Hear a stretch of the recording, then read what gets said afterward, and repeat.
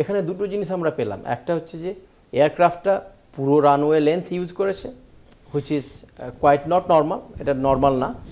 তারপরেও মানে এই এয়ারপোর্টে তো নর্মাল না, কিছু কিছু এয়ারপোর্টে ইয়েস ওকে, এই এয়ারপোর্টে নর্মাল না। আর সেকেন্ড হচ্ছে যে ওই ল্যান্ডিং গিয়ারটা আপনি দেখতে পাচ্ছেন। Now coming to the flap, ফ্ল্যাপটা কী করে? ফ্ল্যাপটা আপনার লিফটটা বাড়ায়। একটা প্লেন মানে পাখি উঠতে গেলে এরকম ডাঙানা এরকম করে, ওটা লিফট নেয় না। মানে এই যে বিমানের ডানার ফ্ল্যাপটা বন্ধ কেন ছিল, মানে তুলে নিয়েছিল কেন?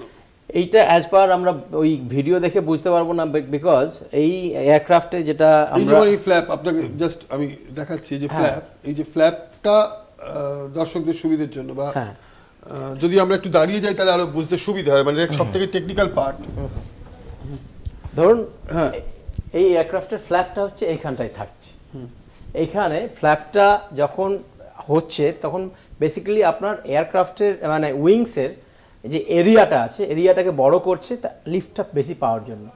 আর এইটা আমরা এই যে এয়ার প্রেসার মানে বোথ সাইড প্রেসার দেয় তো, মানে একটা নিচে হ্যাঁ এই ক্যাম্বারটাকে বড় করছে। মানে আপনার ধরুন উইংটা এতটা মোটা, ওইটা আর একটু বেশি করে দিচ্ছে যাতে একটু আপনি লিফটটা বেশি করে পান। আর লিফটটা পাওয়া মানে আপনি মানে গ্রাউন্ড থেকে উপরে উঠতে পারবেন। সো এটার হচ্ছে মেন কাজ হচ্ছে ফ্ল্যাপ।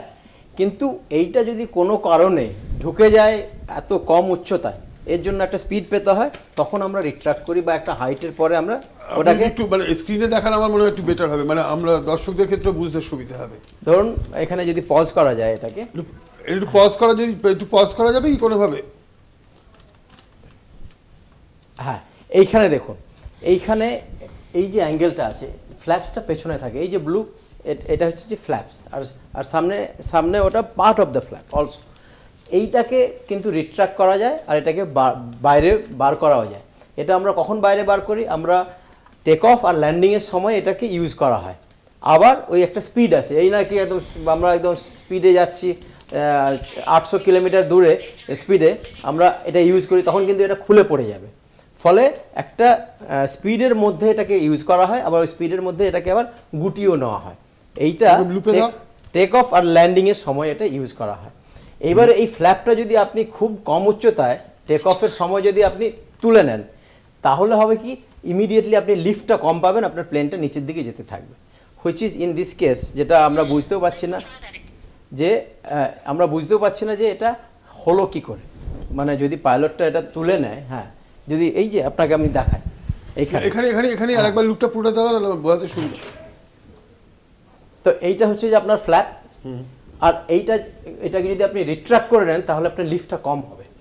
আর যদি এটাকে বাইরে থাকে তাহলে আপনি আপনার লিফটটা পাবেন। এই ক্ষেত্রে যদি পাইলট বাই মিস্টেক এই আন্ডার ক্যারেজটা তোলার সময় আন্ডার ক্যারেজটা তুলে দিতে হয়, সেই সময় যদি ভুলে, which is very unlikely, but যদি তুলে এইটা লিফটটা এটা ঢুকিয়ে নেয়, তাহলে কিন্তু আপনি দুটো ডেঞ্জারাস জিনিস পাচ্ছেন। একটা হচ্ছে যে আপনার এই আন্ডার ক্যারেজটা আপনাকে ড্র্যাগ দিচ্ছে, অ্যাট দ্য সেম টাইম আপনি কিন্তু লিফটও পাচ্ছেন না। তো হুইচ ইজ প্রবাবল, আগেন বলছি প্রবাবল কজ হতেও পারে এই অ্যাক্সিডেন্টের জন্য। আচ্ছা, আর একটা প্রশ্ন আসবে, সেটা হচ্ছে মানে একটা প্রশ্ন উঠেছিল প্রথম দিকে যে পাখির ডানার সঙ্গে ধাক্কা লেগেছে এবং সেক্ষেত্রে পাখি ওই ইঞ্জিনের মধ্যে চলে গেছে এবং ফুয়েল কন্টেনমেন্টটা মানে পলিউটেড হয়ে গেছে এবং সেই কারণে অ্যাক্সিডেন্ট হয়েছে। তো এইটাও আমরা একটা গ্রাফিক্স করেছি আপনাদের মানে দর্শকদের বোঝানোর জন্য, আপনি যদি একটু বেটার বোঝাতে পারবেন। দেখুন, যখন এখানে হচ্ছে এয়ার ইনটেক হচ্ছে, এখান থেকে আপনার এয়ারটা নিচ্ছে, এয়ারের সঙ্গে যদি আপনার বার্ড যদি পাখি ঢুকে যায় তাহলে কিন্তু এখানে একটা সার্জ, ইঞ্জিন সার্জও হবে, এখানে একটা আগুন লাগানোর ব্যাপার আছে, আর ধোঁয়াও কিন্তু বেরোবে, হুইচ ইন দিস কেস আমরা পুরো ভিডিওটাই ছিল এখান থেকে ঢুকে এখানেই ওটা একটা ডিস্টার্ব করবে টোটাল জিনিসটাকে। তারপরে কিন্তু লুকটা চালাও এটা সব মানে ইভেন ছোট পাখি হলে হবে না, এটা বড় সাইজের পাখি হলে তবেই কিন্তু এটা হবে। এই না যে চুড়ু পাখি ঢুকে গেছে আর এটা বন্ধ হয়ে গেছে, ইটস নট পসিবল। এটা বড় পাখি বা একটা ফ্লোক অফ বার্ডস, অনেকগুলো পাখি যদি ঢুকে যায় একসঙ্গে তাহলে কিন্তু এটা হওয়ার সম্ভাবনা একটা হয়ে থাকে, কিন্তু সেটা ভিজুয়াল দেখা যায়, আগুন বা আপনার ওই কী বলে ফিউম বেরিয়ে আসে বাইরে থেকে, বাট এই ক্ষেত্রে কিন্তু সেটা দেখা যায়নি। আর একটা প্রশ্ন আসছে বারবার করে যে ইঞ্জিনের মানে দুটি ইঞ্জিনই কি বিকল ছিল, মানে এরকম একটা কথা উঠছে যে একটা ইঞ্জিন থাকলে সেই ইঞ্জিনটা তো আলটিমেটলি তুলে নিয়ে যেতে পারতো, মানে একটা ইঞ্জিনও অনেকটা উপরে উঠে গিয়ে তারপর খানিকটা ফল করে আস্তে আস্তে কন্ট্রোলে নিয়ে আবার ব্যাক করে আসতে পারে, যেটা আজকের ক্ষেত্রে হংকংয়ের ক্ষেত্রে হয়েছে। তো এক্ষেত্রে কি দুটো ইঞ্জিনই কোনোভাবে বিকল ছিল বলে মনে হয়? 300 কিলোমিটার প্রতি ঘন্টা এটা টেক অফ করে, যতটুকু আমি দেখেছি 191 মিটার অব্দি প্লেনটা উড়েছিল এবং শেষ পর্যন্ত 3 ডাইমেনশন এতে করা হয়েছে এবং অ্যাক্সিডেন্ট হয়েছে।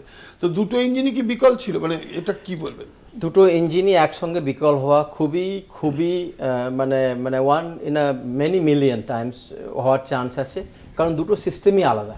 আপনি যেটা বলছিলেন প্রথমে যে ফুয়েল কন্টিমিনেশন যদি হয়, ধরুন একটা ট্যাঙ্ক থেকে একটা ফুয়েল যাচ্ছে আর একটা ট্যাঙ্ক থেকে আরেকটা ফুয়েল যাচ্ছে, ইভেন টোটাল সিস্টেমটাই আলাদা।